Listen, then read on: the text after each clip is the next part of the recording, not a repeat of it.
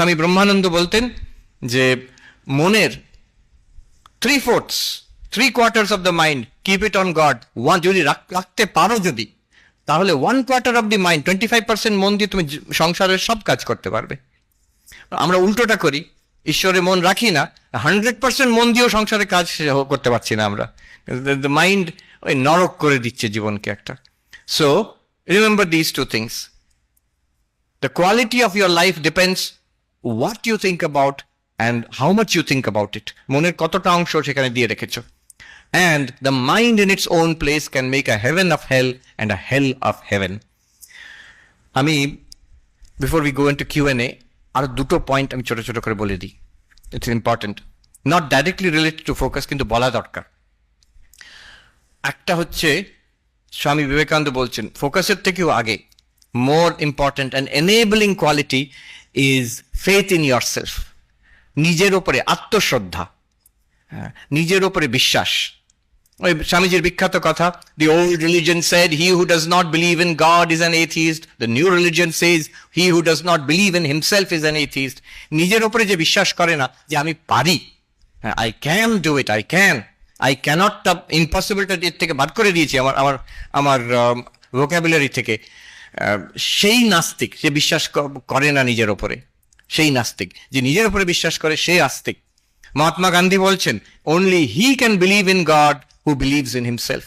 নিজের উপরে যদি বিশ্বাস না থাকে না, যখন মনে হচ্ছে আমি ঈশ্বরে বিশ্বাস করছি, যখন চাপ আসবে, যখন চ্যালেঞ্জ আসবে জীবনে, তখন দেখবে ঈশ্বরের বিশ্বাসটাও নড়ে যাবে। কি জানি সত্যিকারে আছে কিনা কে জানে, আমাদের কোনোটার উপরে বিশ্বাস নেই, নিজের উপরেই তো বিশ্বাস নেই, ঈশ্বরের বিশ্বাসটাও নড়ে যাবে। So one who has firm faith in himself can have faith in God. ঈশ্বর বিশ্বাস। আমি রিসেন্টলি একটা বই পড়ছিলাম, নাম করা সাইকোলজিস্ট ছিলেন ন্যাথানিয়েল ব্র্যান্ডেন। আজকাল কয়েকটা কেউ পড়ে না, 6 pillars of self esteem। যেমন স্বামীজির কথাই কি সাইন্টিফিক্যালি অর্গানাইজ করে উনি বলছেন সেলফ কনফিডেন্স কি করে বাড়াতে পারি। উনি বলছেন 6টা জিনিস, 6টা পিলার আছে সেলফ কনফিডেন্স, নিজের উপরে বিশ্বাসের জন্য। প্রথমে হচ্ছে লিভিং কনসিয়াসলি। সারাদিন যদি আমি ভেবে দেখো, তুমি ঠিক করলে যে আমার এই আজকের কোর্সের এই বইটা আমি আগামী নেক্সট 2-3 আওয়ার্স আমি পড়বো। বসে বইটা পড়লে, খেটে খুটে পড়লে, এফার্ট দিয়ে, after you finish reading that book ভেতরে কেমন মনে হয়। আর যদি 3টে ঘন্টা তুমি বসে, ওই 3টে ঘন্টা বসে ইন্টারনেট ব্রাউজিং করলে, এটা ওটা যেখানে যেটা মন যাচ্ছে করলাম, 3 ঘন্টার পর তোমার ভেতরে কেমন অনুভব হবে। যদি একটা কাজ যেটা আমি করতে চাই সেটাকেই করলাম 3 ঘন্টা, after that you will feel more integrated. ভেতরে একটা সাইকোলজিক্যাল ইন্টিগ্রেশন হবে, you will feel more fulfilled, you will feel more rich. একটা সমৃদ্ধ মনে হবে নিজেকে, হয়তো ক্লান্ত থাকবে, but that will be a good kind of tiredness. একটা খেটে খুটে যে মানুষ একটা তৃপ্তি পায়, সেই তৃপ্তিটা পাবে। আর সেটা না করে যদি আমি সেই সময় একটা আনকনসিয়াস ড্রিফটিং, এটা ওটা করছি, ইন্টারনেট হয়তো ব্রাউজিং করে যাচ্ছি, 3 ঘন্টা কেটে গেল, তারপরে দেখবে অস্বস্তি বোধ, একটা ডিসগাস্ট, একটা কিভাবে সময় নষ্ট করছি এরকম মনে হবে। এই দুটোর মধ্যে তফাৎটা কি? একটা লিভিং কনসিয়াসলি, ডেলিবারেটলি আমার সময় আমি এইভাবে ব্যয় করব, আরেকটা হচ্ছে এই ফোনে এলো সোশ্যাল মিডিয়া, কতগুলো লাইকস, এই সেলফি, ও কি পাঠিয়েছে, এই দেখে দেখে ঘন্টার পর ঘন্টা চলে গেল। You feel disgusted after that. কেউ এরকম ভাবে মনে করে না দিনের শেষে আমি বেশ 14 ঘন্টা আজকে খেটে খুটে সোশ্যাল মিডিয়া এদিক সেদিক করেছি, ব্যাস দিনটা ভালো গেছে, কোনোদিন মনে হবে না। ইউ উইল ফিল ডিসগাস্টেড, ভাবে দূর কিভাবে দিন কাটাচ্ছি। আর সো লিভিং কনসিয়াসলি, স্বামী বিবেকানন্দের কথা একদম হুবহু, power will come, glory will come, all that is excellent and good will come when the sleeping soul is raised to self-conscious activity, self-conscious action. স্বামীজির কথা, ডেলিবারেটলি কনসিয়াসলি যদি আমি জীবন যাপন করি, কোনো স্পিরিচুয়াল কথা সেখানে বলছেন না, this is spirituality. Second, acceptance, practice acceptance. আমি যেমন, আমি নিজে অন্তত স্বীকার করে নেব, নিজের বিষয়ে একটা ফলস ধারণা না রাখা। আমার এই দোষ ত্রুটি আছে, কাউকে বলার দরকার নেই, but I should be aware আমার এই উইকনেস আছে, আমার এই দোষ ত্রুটি আছে। Once I accept myself honestly, একটা ইন্টিগ্রেশন আসবে personality, and that makes you capable of development. উত্তরাখণ্ডে একজন বড় সাধু খুব ভালো কথা বলেছিলেন, আপনা সচ্চাই স্বীকার করনা बड़ी भारी बात होती है।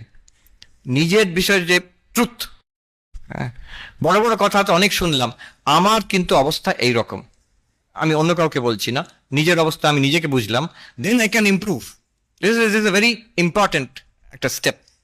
এখানে ওই ব্র্যান্ডন সাহেব বলছেন প্র্যাকটিস সেলফ অ্যাকসেপ্টেন্স, যে আমি এরকম, আচ্ছা এবার দেখবো তাকে I can make it better. আমার স্ট্রেংথগুলো, one should not self sabotage, one should acknowledge one's own strengths. Living responsibly, practice living responsibly, মানে দায়িত্বটা নিজের ওপরে নাও। আমরা চট করে, বিশেষ করে ওই দেশে আমেরিকাতে এখন এটা খুব চল হয়েছে, অন্য সবাইকে ব্লেম, তোমার এরকম অবস্থা কেন, তুমি গাঁজা খেয়ে পড়ে আছো কেন, বেশিরভাগ সময় গাঁজা খেয়ে পড়ে থাকে। তো সবাই নয়, অনেকে। যদি সন্ধ্যেবেলা আমি যেখানে থাকি, যদি রাস্তা আমি বেরোই না আশ্রম থেকে সন্ধ্যেবেলা, সব জায়গায় সর্বত্র গাঁজার একটা গন্ধ পাওয়া যায় চারিদিকে। তো কেন এরকম অবস্থা, আমাকে বলে আমার বাবা মা আমাকে অ্যাবিউজ করেছে, কিংবা সিস্টেমটা খারাপ, আমাকে কোনো চান্স পাইনি আমি, এরকম অনেক আছে। এই প্রবলেম সেই প্রবলেম, আমার কোনো প্রবলেম নেই, আমি তো দেবতা, দেবতুল্য মানুষ। ও কোনোদিন সেই লোকটা যাই হোক, নিজের ওপরে confidence, self esteem, self confidence কোনোদিন আসবে না যতক্ষণ অন্যদের ওপর চাপিয়ে দিচ্ছি। হতে পারে সিস্টেম খারাপ হতে পারে, আমার অনেক রকম ডিসঅ্যাডভান্টেজ থাকতে পারে, নো ডাউট, কিন্তু আমার একটা বড় কম্পোনেন্ট আছে, এইগুলোকে নিয়ে আমি কি করলাম, সেই রোলটা যদি আমি ফুলফিল না করি, তাহলে কোনোদিন সেলফ কনফিডেন্স আসবে না। বরং অনেক রকম ডিসঅ্যাডভান্টেজ আছে, কিন্তু তার সঙ্গে আমি লড়ে একটা লেভেলে উঠেছি, আমার প্রচন্ড সেলফ কনফিডেন্স আসবে তখন। So accept living responsibly. তারপরে উনি বলছেন যে অ্যাসার্টিভ, প্র্যাকটিস অ্যাসার্টিভনেস। এটা আমাদের ইন্ডিয়ান ছেলে মেয়েদের একটু দরকার। আমরা অনেকে ভালো ভালো ছাত্র, আমি আমেরিকায় দেখেছি, ভালো ছাত্র, ভালো মানুষ, ছেলেমেয়েরা ভালো ডিগ্রি নিয়ে এসেছে, রিয়েলি কম্পিটেন্ট, কিন্তু নিজের বিষয়ে একটু লাজুক, ওখানে একটু পুশি হতে হয়, শুধু ওখানে নয়, এখন এখানেও। So what you want to say, please say what you want to say. হ্যাঁ, কথা ঘুরিও না, তুমি যা চাইছো সেটা চাইতে পারো। Remember, always the other person has the right to reject what you are saying, other person has the right to say no to what you are saying, that's there. কিন্তু be assertive, don't be aggressive, don't be manipulative, but be assertive. aggressive একদিকে, manipulative একদিকে। Aggressive যারা হয় অনেক সময় শক্তিমান, যারা একটু বুলি টাইপের হয়, তারা অ্যাগ্রেসিভ হয়, জোর জার করে চিৎকার চেঁচামেচি গায়ের জোরে করতে চেষ্টা করে। আর উল্টো হয় একটু চালাক টাইপের, শ্রুড, তারা ম্যানিপুলেট, পলিটিক্স খেলে করতে চায়। ডোন্ট বি ইদার, দুটোই খারাপ, আর দুটোই আলটিমেটলি ও সাকসিড করে না। মাঝখানে যে অ্যাসার্টিভ, হ্যাঁ, নিজের কথাটা বলতে, ক্লাসের মধ্যে বলতে ভয় পায় না, কাজের মধ্যে বলতে ভয় পায় না, ফ্যামিলিতে বলতে ভয় পায় না, বাট অ্যাসার্টিভলি, নট অ্যাগ্রেসিভলি। সত্য কথা উইথ রেসপেক্ট নিশ্চয়ই বলবে, কেন বলবে না? যা চাইবার কথা চাইবে, কেন চাইবে না? But remember, you may not get, but you have the right to ask. এখানে নিজেকে যখন অ্যাসার্ট করবে, একটা কনফিডেন্স আসবে নিজের জীবনে। আচ্ছা, লিভ পারপাসফুলি। স্বামীজিও বলেছেন অনেকবার, এই ব্র্যান্ডন সাবু বলছেন, কনফিডেন্সের জন্য একটা দরকার এম ইন লাইফ। আমি যদি সবাই যেটা করছে আমি ভেসে যাচ্ছি, তুমি এই যে করছো, এটা তুমি কি চাও? আমি ওরকম ভাবিনি, বাবা মা ভর্তি করে দিয়েছে তাই জন্য আছি আমি। তাহলে কিন্তু কোনোদিন নিজের উপরে কনফিডেন্স আসবে না। বলবে হ্যাঁ আমি চাই, এই ডিগ্রিটা আমি চাই, এই বিদ্যাটা আমি চাই, এই সার্টিফিকেটটা আমি চাই, তাই জন্য আমি করছি। You'll have confidence in yourself, একটা এস্টিম আসবে, that I am doing what I want to do, living purposefully. আমি একটা পারপাস নিয়ে বেঁচে আছি এখানে। অনেক সময় চাপে হয়, আমি ভাবি কেন আমেরিকাতে ছাত্রীরা ওখানে এত ফ্রিডম, কিন্তু এত রেসপন্সিবল কি করে? আমি এখানে একদম সেই প্রেসিডেন্সির থেকে সাধারণ কলেজ অব্দি দেখেছি, সব জায়গায় দেওয়াল লেখন, হইচই কাণ্ড, এই আন্দোলন, সেই সারাক্ষণ হই চলছে একটা কাণ্ড, অনেক কিছু গোলমাল চলছে, পিকুলিয়ার। কিন্তু ওই ছাত্রগুলি যখন আমেরিকায় যাচ্ছে, করছে না তো কি? ওখানে খুব কড়া নিয়ম? Not at all, total freedom. One thing is, আমার মনে হয় এখানে সেন্স অফ পারপাসটা একটু কম। এখানে বাবা মারা বাচ্চাদের বাচ্চা করেই রাখতে চায়, তো বাবা মারা সব টাকা পয়সা দিয়ে দিচ্ছে, সবকিছু। এখন তুমি গিয়ে বাবা মার পয়সাতে আল্লাদে আছো সে কলেজে, এখন সেই তো যা ইচ্ছে তাই করছে। আমেরিকায় আমি দেখেছি কলেজে পড়ছে, কিন্তু আমি হার্ভার্ডে দেখলাম, আমি তো সুখে ছিলাম, আমার তো টাকা দিয়ে দিয়েছে ইউনিভার্সিটির থেকে, কিন্তু অন্য ইয়াং ছেলে মেয়েরা কি প্রেশারে, তাদের খাওয়ার জন্য থাকার জন্য দুটো তিনটে করে চাকরি করছে, টিউশন ফিস দেওয়ার জন্য দুটো তিনটে করে পার্ট টাইম জব করছে, কেউ ওয়েটার স্টারবাক্সে কাজ করছে, কেউ লাইব্রেরিতে কাজ করছে, তাদের একটুও সময় নেই। পড়াশোনা, এত পড়াশোনার চাপ। আমার তো পড়াশোনা করে আমি একদম সে ঘুরে বেড়াচ্ছি এখানে ওখানে, এই লেকচারে যাচ্ছি সেই লেকচার, ওদের সময় নেই। আর টেনশনও কম, কম নয়।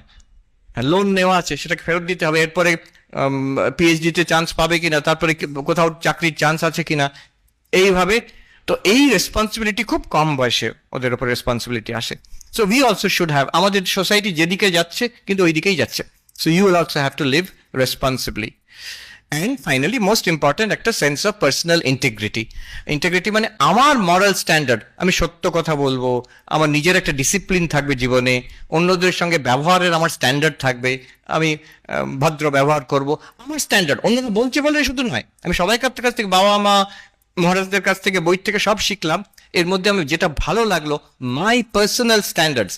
আমার স্ট্যান্ডার্ডের নিচে যদি আমি নিজে হয়ে যাই, আমার ভেতর থেকে বিবেক বলতে থাকবে তুমি লোক ভালো নাও, তোমার দ্বারা হবে না। যে এই যদি কথাটা বলতে থাকে ভেতর থেকে, আবার অন্তরাত্মা, আমার কখনো নিজের উপরে কনফিডেন্স আসবে না। So always try to maintain a certain standard of integrity, of honesty to myself. তো এটা যদি থাকে, তো ছটা জিনিস দেখো, ছটা পিলার সেলফ কনফিডেন্সের জন্য, নিজের উপরে শ্রদ্ধার জন্য: living consciously, and practice of accepting yourself, practice of accepting responsibility জীবনের জন্য, and then the practice of asserting yourself, and the practice of a purposeful life, and a practice of personal integrity. আর ওখানে Brandon সাহেব বলছে, দেখো এগুলো সবগুলো কিন্তু practice. বলো না আমার এই কোয়ালিটি নেই, আমি কি করব, এটা কোয়ালিটির কথা বলা হচ্ছে না, এটা একটা অ্যাকশন ওয়ার্ড, করার কথা। প্রত্যেকটা হচ্ছে করলেই হবে, একটু চেষ্টা কর, প্রত্যেকটা আমি চেষ্টা করছি কিনা, then you will definitely have confidence in yourself. Last point and I'll conclude here. শ্রদ্ধা, নিজের ওপরে কনফিডেন্স এবং কনসেন্ট্রেশন, এটাতে দিস ইজ এনাফ? নো, একেবারেই নয়। সে রাবণেরও প্রচন্ড সেলফ কনফিডেন্স ছিল আর প্রচন্ড ফোকাস ছিল, কিন্তু সে রাবণ, হ্যাঁ, একটা রাক্ষসও হতে পারে প্রচন্ড সেলফ কনফিডেন্স অ্যান্ড, বলতে চাই না, একজন বিরাট বড় দেশের লিডার যার জন্য বিরাট যুদ্ধ চলছে এখন, তারও প্রচন্ড কনফিডেন্স আর কনসেন্ট্রেশনও আছে, কিন্তু তাতে অবস্থাটা কিন্তু ভালো, রেজাল্টটা ভালো হচ্ছে না। কিন্তু তার সঙ্গে দরকার এই সেলফলেসনেস,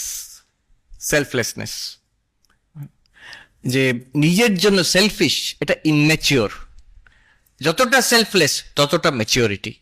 আর এই ম্যাচিওরিটি যে বয়সের সঙ্গে হয় তা নয়, কিন্তু আমি আমার চাই চাই চাই, এটা হচ্ছে একটা ইনম্যাচিওর, বাচ্চারা করে। তারপরে যখন when you are teenager or come to your age, a certain amount of selflessness is expected. যত সেলফলেস হবে, যত আনসেলফিশ হবে, you are not the loser, never, you are always the gainer. কিছু না হলে অন্তরে তৃপ্তি থাকবে, বাইরেও সাকসেসফুল হবে। যারা যে কোনো অর্গানাইজেশনে দেখবে most valued member, most respected member, যার প্রচন্ড কনসেন্ট্রেশন আছে, কনফিডেন্স আছে, নো, তাকে দেখলে লোকে বলবে কি স্মার্ট লোকটা দেখেছো, কি ব্রিলিয়েন্ট লোকটা দেখেছো, কিন্তু মানুষ হিসেবে অত্যন্ত বাজে লোক একটা। কিন্তু যে সবচেয়ে সেলফলেস, যে সবচেয়ে অন্যদের জন্য সময় দেয়, অন্যদের জন্য অলওয়েজ দেয়ার ফর আদার্স, এই selflessness, unselfishness is the test of truth. একটা জিনিস যত আনসেলফিশ, যত selfless, that is closer to the truth. Swami Vivekananda এই কয়েকটা টেস্ট দিয়েছেন truth. That which makes you strong, that is the truth. That which makes you weak, reject as poison. That which unites, that is truth. That which divides, that is falsehood. That which is unselfish is truth. That which is selfish is falsehood. So a selflessness. এই তিনটে জিনিস আজকে I'm sharing with you, and it is like a philosophy of life. First, আমার বলা উচিত ছিল self confidence. Second, your power will come from focus. যতটা focus করতে পারবে ততটা। আমি মাঝে মাঝে বলি, আমেরিকাতে তো এখন টাকা যাদের আছে তাদের কথা বললে লোকে শুনবে, আচ্ছা আচ্ছা। তো বলছে ওখানে ওয়ারেন বাফেটের কথা বলো, ওয়ারেন বাফেট খুব বড় ইনভেস্টর, মানে one of the richest people, আর $multi-billion বিজনেস এসব আছে। তো সবাই জিজ্ঞেস করে আপনার সাকসেস স্টোরি অফ সাকসেস কি, সিক্রেট অফ সাকসেস, কি করে এত ধনী হলেন? উনি সবসময় বলেন, I can tell you, you can also do it, but I know you will not do it. কি সেটা? বলছে দিনে আমি 500 পাতা, অন্তত 500 পাতা পড়াশোনা করি, 500 pages a day. 500 pages a day কম কথা নয়। আমি হার্ভার্ডে যখন অ্যাসাইনমেন্ট করতাম তখন হয়তো দিনে 200-300 পাতা পড়তে হতো, তার বেশি নয় ম্যাক্সিমাম। তো একটা মানুষ এখন 80+ ইয়ার্স বলছে আমি প্রতিদিন 500 পেজেস পড়ি নিজের বিজনেস সম্পর্কে আর অন্য জিনিসও। এটা সবাই পারে, তোমরা করবে না আমি জানি, বলছি তোমাদের সিক্রেটটা। তো this is the thing, the focus, the power of intense focus. আমেরিকাতে হিরো হচ্ছে এইসব বিলিয়নিয়াররা। এখন ইলন মাস্কের নাম শুনেছো? ইলন মাস্ক শুনেছ? তো ওখানে ওইসব এরা সব হিরো। তো ইলন মাস্ক যখন ছোটবেলায় স্কুলে পড়তো তখনকার দিন ওই বই এনসাইক্লোপিডিয়া ব্রিটানিকা 2বার পড়েছে, পুরো এনসাইক্লোপিডিয়াটা। স্কুল স্টুডেন্ট বলে অন্তত তাই। স্বামী বিবেকানন্দ পড়েছিলেন, আমরা গল্পতে পাই। এই শরৎচন্দ্র বেলুর মঠে গিয়ে জিজ্ঞেস করছেন স্বামী বিবেকানন্দকে, এই এতগুলো মোটা মোটা বই একটা মানুষ জীবনে পড়তে পারে? তখন 10টা ভলিউম ছিল। তো স্বামী বিবেকানন্দ বলছেন তুমি কি বলছো, এর 9টা ভলিউম আমি পড়ে নিয়েছি, I am on the 10th, you ask me anything from the 9 volumes. তো শরৎচন্দ্র আবার বার করে করে জিজ্ঞেস করছেন র্যান্ডম, এখান থেকে ওখান থেকে, আর স্বামীজি প্রত্যেকটা আনসার দিলেন ঠিক ঠিক, কোনো কোনো জায়গায় কমা ফুল স্টপ অব্দি বলে দিলেন। তো শরৎচন্দ্র অবাক, কি করে সম্ভব? বলছেন by concentration and purity of mind it is possible. সবাই করতে পারে, অতটা না পারলেও অনেকটা পারি আমরা, যা পাচ্ছি তার থেকে অনেক বেটার হতে পারে। তো ইলন মাস্ক তো ও তো বলছে পড়েছে 2বার এনসাইক্লোপিডিয়া ব্রিটানিকা। তোমরা পড়তে আরম্ভ করো না, এনসাইক্লোপিডিয়া ব্রিটানিকা পড়তে হবে তা বলছি না, but the idea of focus. And third, very important, selflessness, little bigger than me. আর সেটা পরে হবে, এখন নয়, এখন তো আমি ছোট, আমি ছাত্র না, এখনই হবে, এখনই হবে। আমি একটা মজার ঘটনা বলে শেষ করি। আমি বিএড কলেজে ছিলাম, তো আমরা ইন্টারভিউ করতাম, যারা বিএড পড়তে আসবে তাদের ইন্টারভিউ করতাম। তো মজার মজার ঘটনা হতো মাঝে মাঝে। হ্যাঁ, আমার মনে আছে বাংলার ইন্টারভিউ হচ্ছে, একজন ক্যান্ডিডেট এসে বসেছেন, তাকে প্রশ্ন করা হচ্ছে, আচ্ছা বলো তো সরোজ গোস্বামীর নাম বলো।